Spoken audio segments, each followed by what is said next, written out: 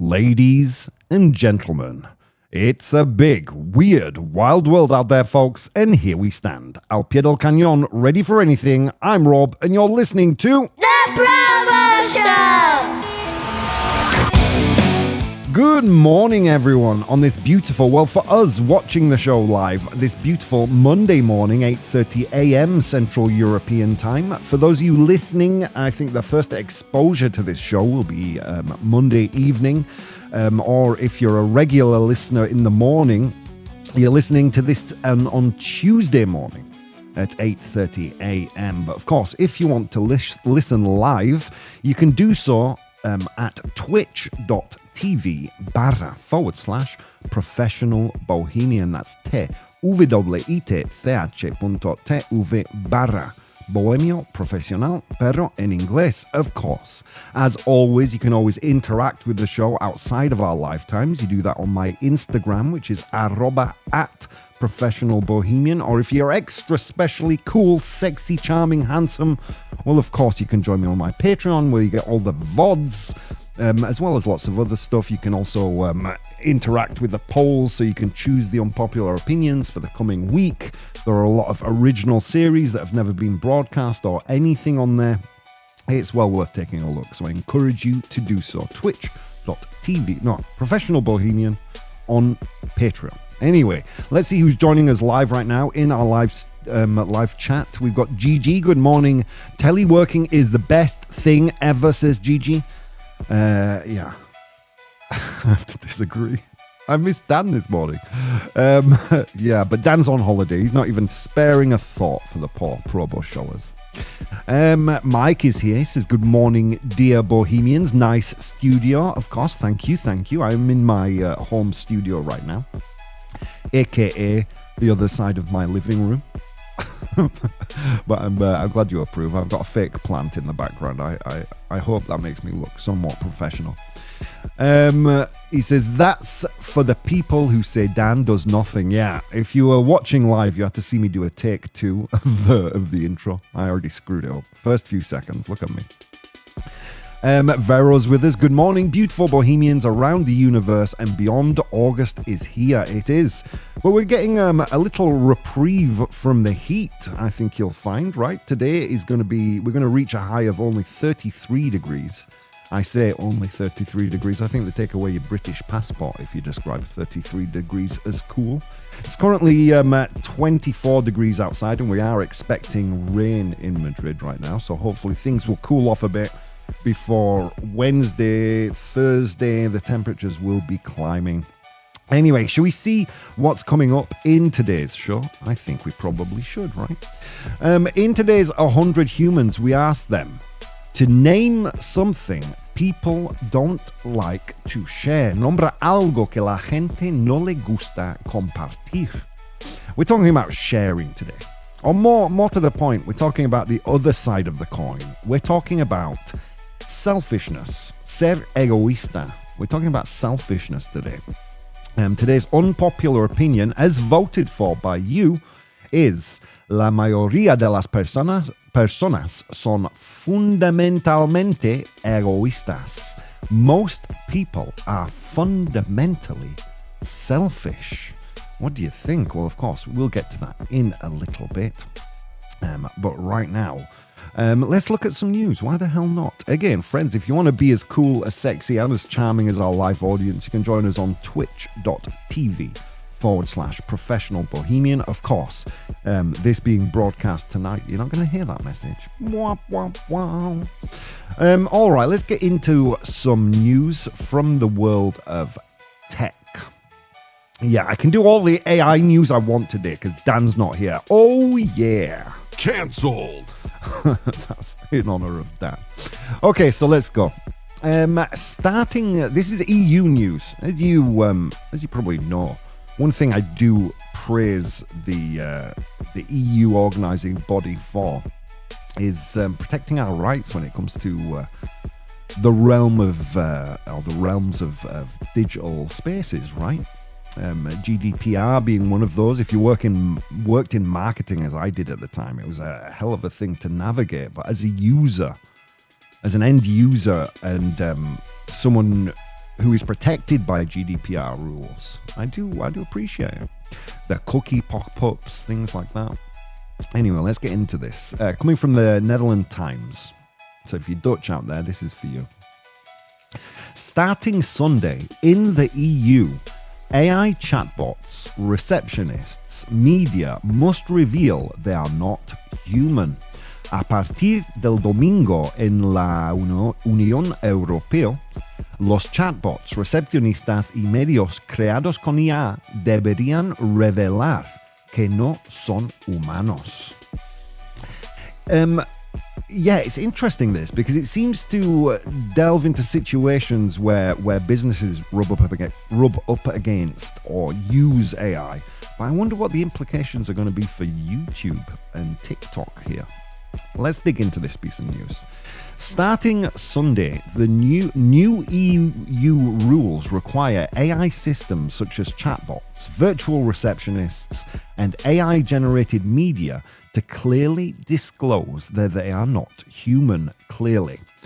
These transparency requirements are part of the European Union's AI Act, the first comprehensive legislation regulating artificial intelligence, which is being introduced in phases. The last step focuses on ensuring that users always know when they are interacting with AI, whether in conversations, advertisements, or digital content. With existing systems given until December 2nd to comply, and new systems expected to meet the standards immediately. Yeah, interesting. So it does seem to bleed into the realms of digital realms. I don't know if you spend any time on YouTube. Perhaps you, like me, are absolutely sick of being inundated with AI slop. Those oh, hang on a minute. I'm getting corrected by the audience. Okay, Vero, I see you there. Unión Europea. Thank you. Unión is a female noun. Thank you, Vero. Can I give you a nivelazo? ¿Será posible? Vaya nivelazo. That's just for you. You share that with no one.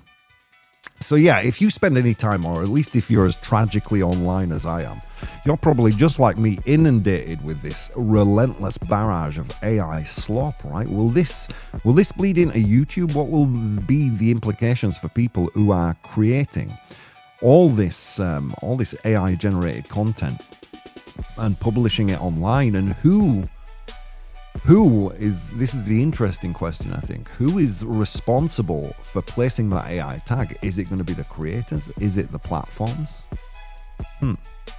The growing use of AI in everyday services highlights both its benefits and its challenges. For example, a dental clinic in Rotterdam now uses an AI assistant to handle calls, schedule appointments, and operate the clock, improving efficiency and helping manage staff shortages.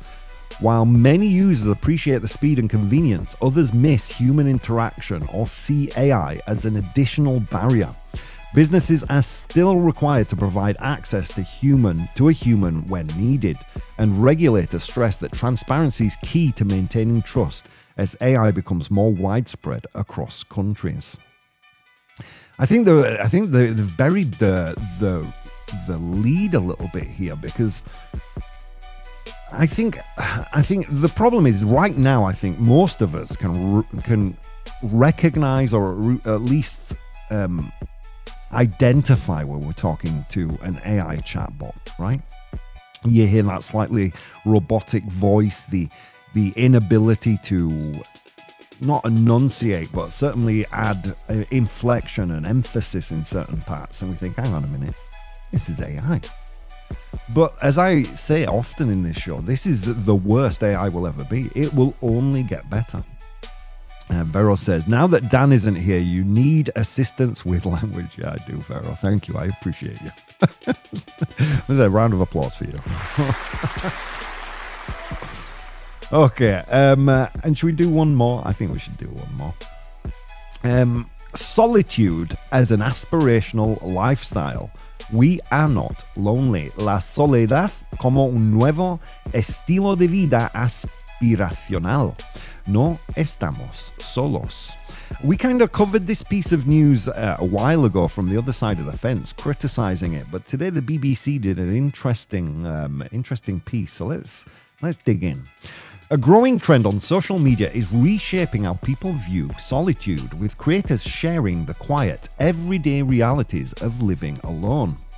Influencers like Lana Issa document simple routines such as cooking dinner, watching TV, or going on solo outings, presenting a lifestyle centered on peace, independence, and self-care. What might once have been seen as loneliness is increasingly being reframed as conscious choice. Many viewers relate deeply to this content, finding it comfort in seeing their own experiences reflected and feeling less alone in their circumstances. Despite criticism from that these creators romanticize isolation, they insist they intend to normalize being alone without shame, not to reject connection entirely. What was the criticism we levied against this in the beginning? I mean, should we be romanticizing loneliness? Or should we be emphasizing that people need other people? I mean, there is an undercurrent of something that may in time come to regret, right? Mike here says, if these influencers enjoy solitude so much, why don't they look out for followers? Why do they look out for followers? Yeah, exactly. Why romanticize the lifestyle is, for the most part, I don't know. I mean, I guess there is a certain point to be made, right? Not having people feel shame for being alone. But what is the solution here? I mean, if you're a heavy social media user, doesn't it isn't there a Venn diagram between isolation and heavy social media use? Isn't there a big overlap there? I think there might be, right? Experts and creators alike draw an important distinction between chosen solitude and harmful loneliness. While spending time alone can be restorative and empowering, humans still need meaningful relationships to maintain mental and physical well-being. Researchers warned that prolonged isolation can be damaging, even if it appears appealing online. I mean, look, the grass is always greener on the other side of the fence, isn't it, folks? I mean, if you're the kind of person like me who has a pretty small social battery, I mean, if I spend like even more than half an hour with someone, I'm just, I need time alone, just to stroke my dogs and feel my batteries recharge. So it depends what side of the fence you're on. Are you overwhelmed with social activity? Then, well, of course, a little bit of isolation is going to appear romantic. Right? Anyway, friends, on that note, let's go to today's unpopular opinion. Unpopular opinion. Okay, here we are. If you are watching the stream live, you will see we have extra things on the screen to help you follow the conversation today. Today we're talking about selfishness. Going back to a topic we covered, I think, in the very first weeks of this show. I did a topic that was with regards to altruism. Altruism doesn't exist. Like every action, albeit charitable, has an element of or at least it makes you feel good about yourself. And if you're doing something to feel good about yourself, then it can't be altruistic, can it? Because you're going to get some kind of benefit on the other end. But is that the whole picture? Now we and the ProBoh Show has evolved. Well, let's dig back in. You guys voted for this one on my Patreon. Most people are fundamentally selfish. La mayoría de las personas son fundamentalmente egoístas. Jeez, that is like a gincana for my mouth. All right. Most people are fundamentally selfish. On Instagram, they said 92% true. But what do you guys think? I mean, there's a lot of ways to take this, right?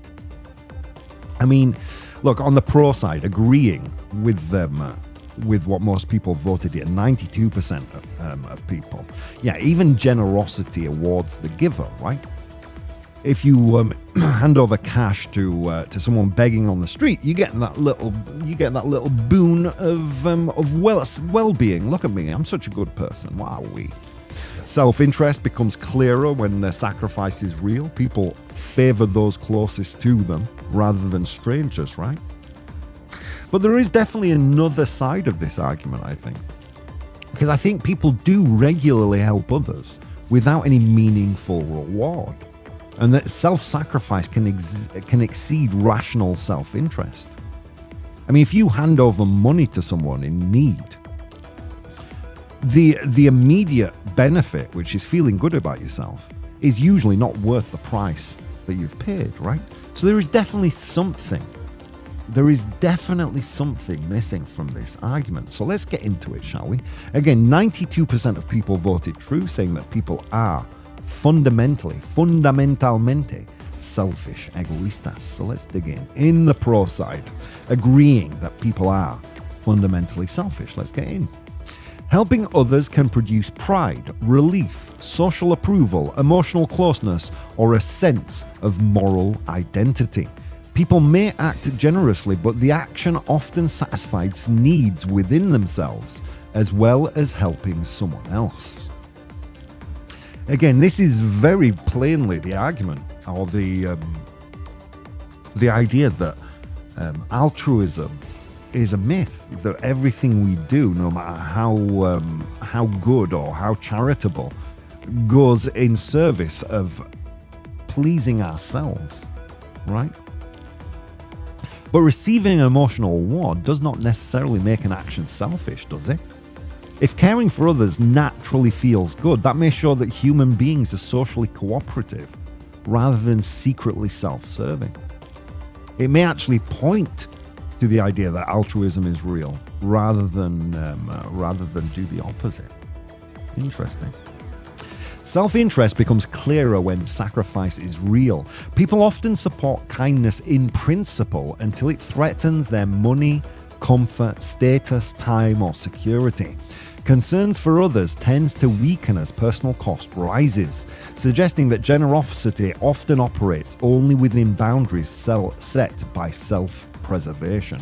To cut a long story short, there's a big difference. If someone's in the metro asking for cold hard cash, you would give them €1, but perhaps you would pause before giving them 20, right? So when the sacrifice is the higher the cost of the sacrifice, the clearer it is that we are more reluctant to act altruistically. I mean, to offer a rebuttal, moral behavior doesn't require unlimited sacrifice, does it? A person can genuinely care about others while also protecting their own legitimate needs. Interesting. Let's continue. Again, still in the pro column, the third point. Most individuals care far more about family, friends, and members of their own group than about strangers facing equal or greater suffering. This selective compassion suggests that concern for others is often an extension of personal identity rather than universal moral instinct. Here, making the point that, people are more likely to act in a charitable manner for people in their close circle rather than a complete stranger. But to offer, again, a rebuttal, partiality, which is, showing preference, partiality may be a practical feature of human relationships, but it's not proof of selfishness, is it? Caring deeply for particular people creates trust and responsibility that makes social life possible. Doesn't point to selfishness in any way. And we'll do one more. We'll do one more in the pro column because 92% of you, it was 91 this morning when I checked. 92% of you voted true on this one. People are more willing to help when they expect gratitude, loyalty, reputation, or future assistance. When generosity is repeatedly exploited or goes unrecognized, it often disappears. This suggests that much cooperation is a long-term exchange rather than pure selflessness. Again, to cut a long story short, this is suggesting that if there were no reward, or the rewards were in some way limited to the magnitude of the charitable action, then the charitable action would disappear. But reciprocity does not cancel genuine care, does it? Healthy relationships depend on mutuality, because one-sided sacrifice is unsustainable, not because every act is secretly calculated. Okay, let's get into the cons now, again, where only 8% of people agree. Jeez Louise, we are a cynical bunch, aren't we? Only 8% of people said false, that people are not fundamentally selfish, so let's get in. People regularly help without meaningful reward. Everyday life contains countless acts of assistance that bring little money, status, or recognition. People care for relatives, support friends, return lost property, and help strangers, even when no one is watching and repayment is unlikely. I had a really interesting experience of this when I was at the festival this summer. Sophie lost her phone, and I called her phone number, and the people picked up and gave us back the phone as well as her ID that she also lost. There was nothing in it for them. I mean, it was a nice phone. They could have sold it. They could have wiped the memory, sold it, and moved on. But they decided not to. And life is full of those little stories, right? But is that confirmation bias? Are these exceptions that we remember because it's happened so rarely? Interesting, right? Next point in the con column. Self-sacrifice can exceed rational self-interest. People sometimes risk health, security, careers, and even their lives for others. These actions are difficult to explain as selfish when the personal cost is extreme and the possible reward is uncertain or non-existent. You know, there's a great example of this in public health, right? Why would anyone in this world become a nurse when they are so poorly paid and so poorly recognized in society? Why would anyone become a nurse? And thank God they do, right? Because let's face it, the sacrifices that they make, the long hours, the heartbreaking work, you know, it's not worth it when you look at the pay packet, is it? Third point, and I think, we may do two more here just to offer some balance. Families, communities, institutions, and economies depend on trust and repeated collaboration. If most people were fundamentally selfish in the narrow sense, stable social life would be far more difficult than it actually is. Look, delve back into, anthropologically speaking, delve back into a distant past. Okay, there is an argument to be made that we may act selfishly. It may be something that is for you a little more evident. But the history of humanity has been one of collaboration. Civilization would not exist if we didn't come together and act collaboratively. And again, you could argue, I suppose, that collaboration doesn't necessarily speak to a lack of selfishness. You know? Collaboration could in fact be the more selfish action. There is definitely more nuance to this argument than on the surface. Let's get into the next point. Compassion often appears before calculation. People can feel distress at another person's suffering immediately before considering personal advantage. Empathy is often spontaneous and involuntary, suggesting that concern for others is part of human nature rather than merely a strategy. I mean, just pointing back to one of the pro-column arguments, right?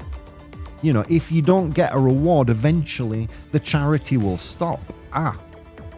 But the charity does begin and continue, even albeit for a limited time, without any kind of reward or recognition. It's quite often our compassion is a knee-jerk reaction. una reacción inmediata. Or immediata. I'm sure Vera's going to correct me there. So there is definitely more to this argument than appeared on the surface, right? People often follow moral principles against what is convenient for them. Individuals will tell the truth, keep promises, refuse unfair advantages, even when dishonesty would benefit them, and remain undiscovered, stay under the surface. So such behavior suggests that conscience can outweigh self-interest, and it quite often does. And I'm sure if you look back into your own life, you can think of examples of that occurring. But, friends, it's time for you to vote. I'm going to go for a very quick commercial break, and I will ask you to vote. I'll place a poll in the chat. Most people are fundamentally selfish. La mayoría de las personas son fundamentalmente egoístas. True or false? Okay, I'm going to take a very quick commercial break while you vote, and I'll see you in just a few minutes. Hey guys, if you'd like to support the show, you can do so on Patreon. That's patreon.com/professional bohemian.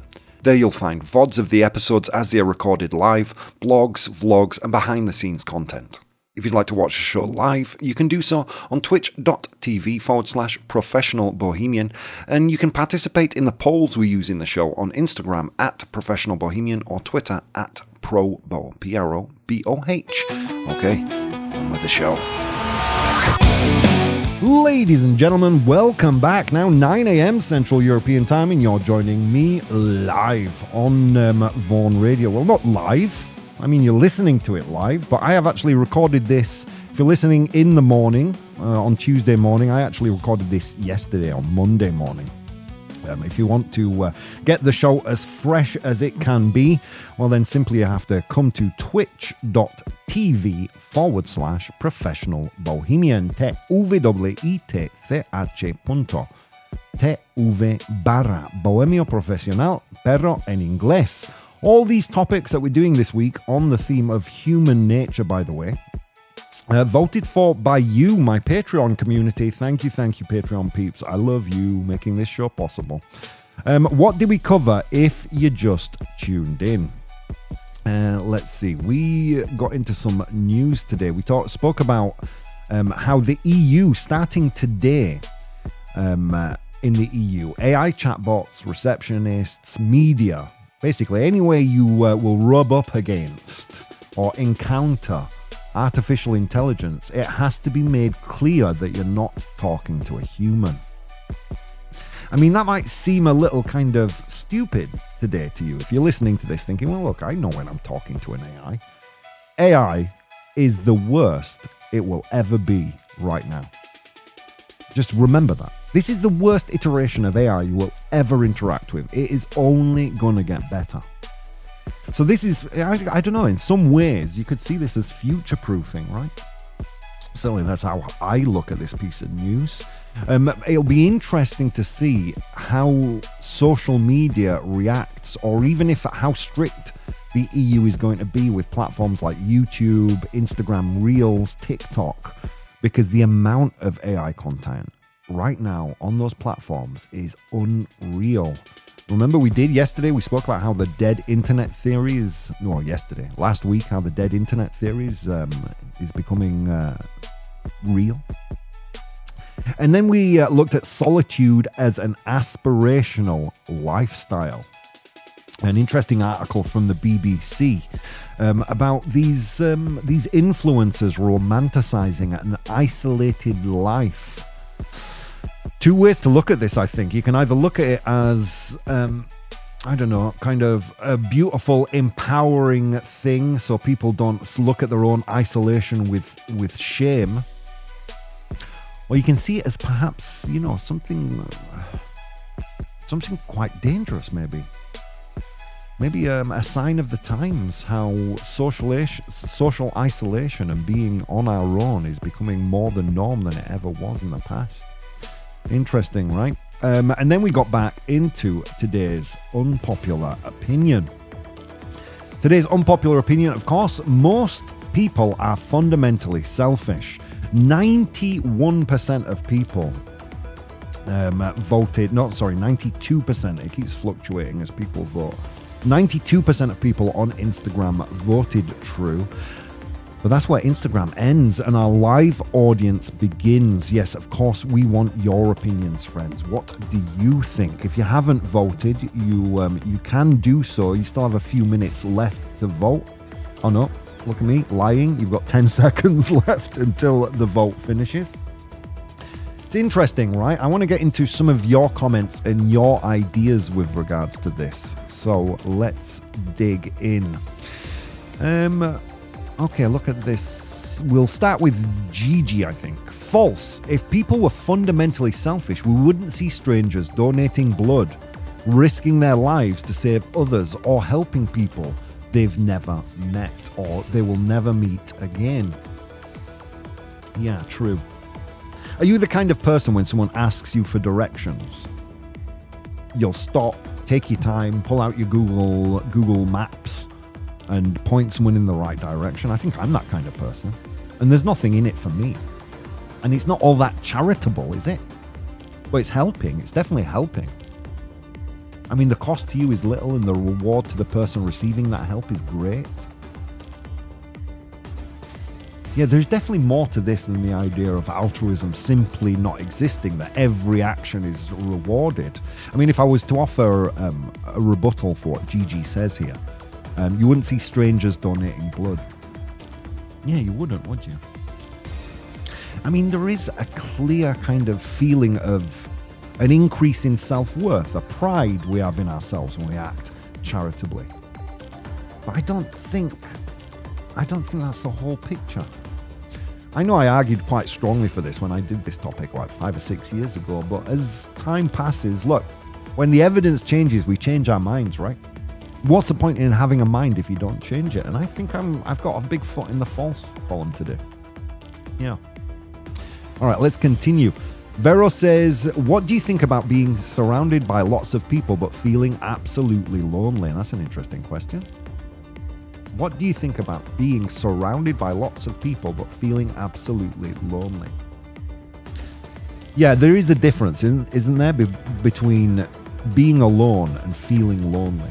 Because quite often, the loneliest you will feel is when surrounded by people. Yeah.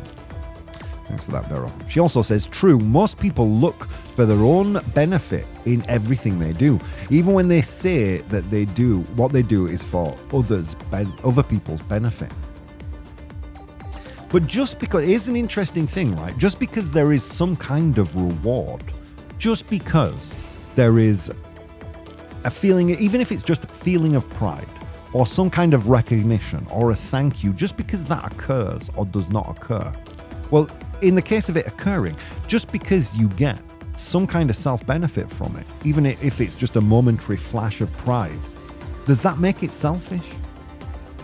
Surely the selfish action would not to help at all. Sorry, I'm in a rush. I don't have time for this. It's an interesting one. Gigi says, motives can be mixed. I might help someone because I care about them and because it makes me feel good. The fact that I enjoy helping doesn't mean concern for the other person isn't real. I think the real kind of friction here is when helping someone else is a detriment to yourself, right? I think that's where the rubber hits the road. I'm in a rush. I'm about to be late for my program and someone stops me on the street and says, excuse me, how do I find Kaye Grams? Right? Do I take the time, stop and help, even though it's not in my own self-interest, even though it may harm me in some way? Will I help? It's an interesting question, right? Because we think about it in reward, but what if there's an active punishment? What if there is a negative impact to yourself from helping another person? Would you still help? It's a tough one, isn't it? Gigi says motives can be mixed, but just because I enjoy helping, it doesn't mean that I'm not concerned for the other person. Vero says, I like these intimate shows. We are more like a family. Oh, Vero, you're the best. Round of applause for Vero.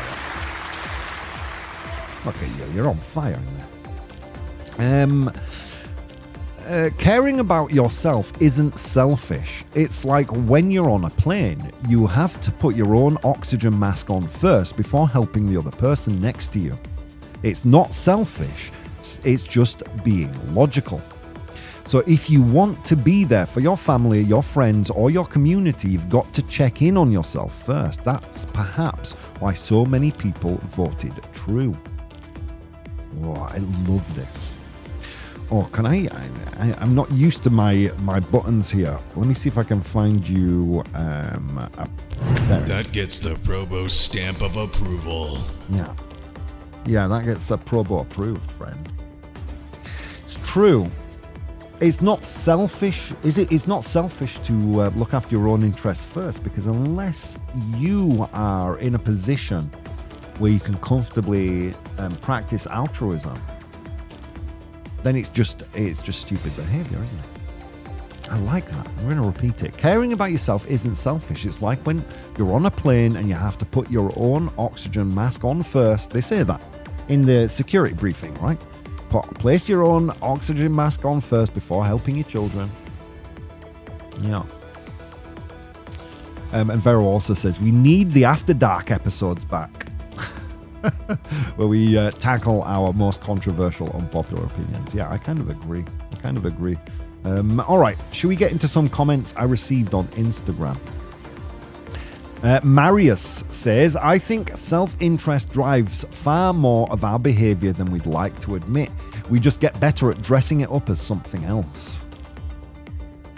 Well, then again, I come back to what Mike says. Self-interest drives a lot of our behavior.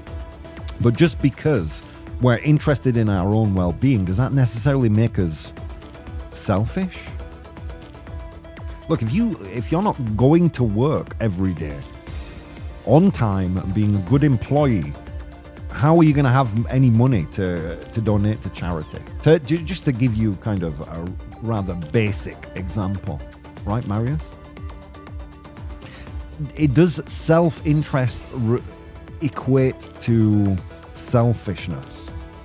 I mean, selfishness is prioritizing yourself above others, isn't it? I'm not sure it does, not 100% at least. But thanks for that anyway. Kelsey says, I don't agree. Most people are capable of incredible kindness when someone genuinely needs help. Yeah, again, I had an example of this, as I mentioned in the first part of the show, right? I had an example of this relatively recently at a festival where Sophia, she lost her phone and she was about to give up, just believing, just like 92% of our people on Instagram, that people are selfish. There's no way. This is lost. It's gone now. But me, with having a little spark of optimism, thought, I'm going to call and see. And look at that. I was proved right. I think it's easy to operate. I think we all side towards the more cynical view, because it's not. It's the hope that kills you, isn't it? I think it's the hope that kills you. It's the hope that breaks your heart. We want to believe that people are selfish, because then when that is confirmed, we don't get that instant pang of regret. It's, aha, I knew it. I knew the world was like this. This is no surprise to me. But the fact of the matter is, the problem is that it is the hope that hurts. If you choose to believe that people are inherently good and you're disappointed, that disappointment stings far worse. If you don't kind of if you side upon the side of people being good by nature. If you believe that everyone's selfish, and that's confirmed, you even walk away with a sense of satisfaction. Knew it. Look, I knew it. It's interesting. Thanks for that, Kelsey. You're going to get ProBoh approved. Yeah. Stipe says, people usually help others when it also makes them feel good or benefits them somehow. Pure selflessness is probably pretty rare. And again, going back to the arguments here, just because it makes you feel good or it benefits you in some way Does that make it selfish? I'm not sure it does. It's just, isn't it just an interesting consequence, a nice consequence? Because the help happens even when there's no reward, I think. Anais says, I think humans are both selfish and generous. Which side comes out depends on the situation, which is probably the most rational argument, right? But still, not in the nature of this show, Anais. All right. Should we get to the results of today's poll? I think we should see what people voted. Okay. Sorry, I've got no drum roll. I will fix that for tomorrow. But when I asked you, or when I made the statement, rather, that people, or most people, are fundamentally selfish. La mayoría de las personas son fundamentalmente egoístas. You guys said 50-50, friends. 50-50. Interesting. I mean, look, for me, that makes me feel better about myself than the 91% true from our cynical friends on Instagram. Yeah, there is a deeper tension to this debate. I mean, I think the real crux of the debate, what it's really about is whether mixed motives invalidate goodness, right? I mean, human actions rarely come from one pure source. A person can help someone because they care, because helping feels good, because they want it to be admired, because they hope the favor will someday be returned. The presence of self-interest, though, does not necessarily prove that compassion is false, does it? I think that's where I'm at with this unpopular opinion. Most people are selfish in the sense that they cannot completely escape their own needs or their own fears or their own perspectives. But that doesn't mean kindness is fraudulent. Human goodness may not require the absence of self-interest. It may consist of learning to build a self large enough to include other people, I think. The real test of character isn't whether helping feels rewarding, but whether we still help when the reward is small or the cost is great. And I think that's the real question we walk away asking ourselves, right? Whether we would help if it cost us rather than if we didn't receive a reward. And I think maybe the truth lies in there.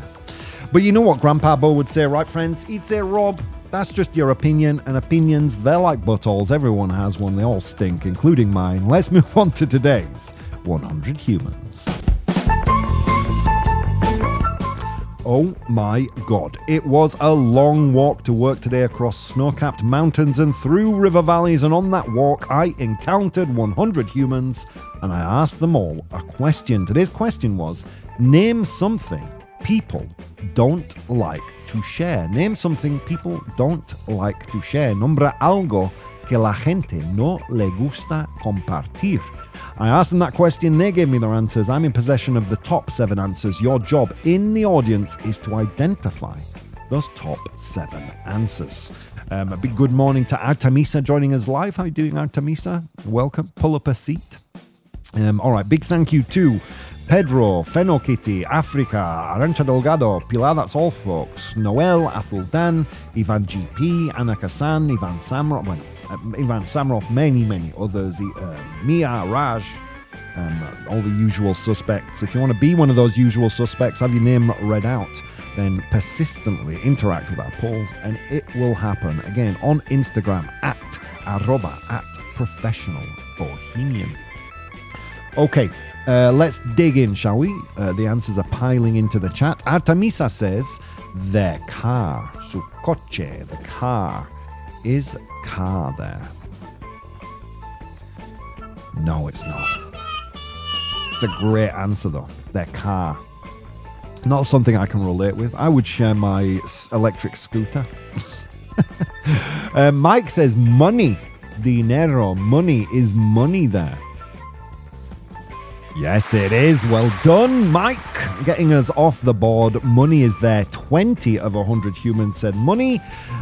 And it is the number 1 answer. My God, look at that. On fire, Mike. Well done, well done. Money is there, number one. All right, let's see. Feelings, says Vero. I don't want to share my feelings. Mis sentimientos. Feelings. Is feelings there? I can't give it to you, sorry. Yeah, it's not really there. Not really there. It's something quite close to that, but not 100%. Gigi says credit for something well done. They don't want to share praise or credit. Oh, I like that's a great answer, Gigi. Is credit there? No, it's not. Okay, we've got one of the 7 answers. This is a good one. The last slice of pizza, says Mike. Yeah. Broken fingers touch the last slice of pizza in Rob's house. Is food there? Comida. Food. Yes, it is. Well done, Mike. Look at that, Mike's on fire. The food is there. It's the second most popular answer with 19 of 100 humans saying food. Oh, the last slice of pizza. Or your French fries, right? Come on, get your fingers out of my French fries. Personal data, even though we have to, says Vero. Data, your personal data. Oof. One of the answers is very close. It's a part of your personal data. How people would get in touch with you in this modern day. Some great answers in the chat. Let me just pay a little bit of mind to our friends on Instagram. Pedro agrees. He also said money. Fenokitty says smartphone or computer.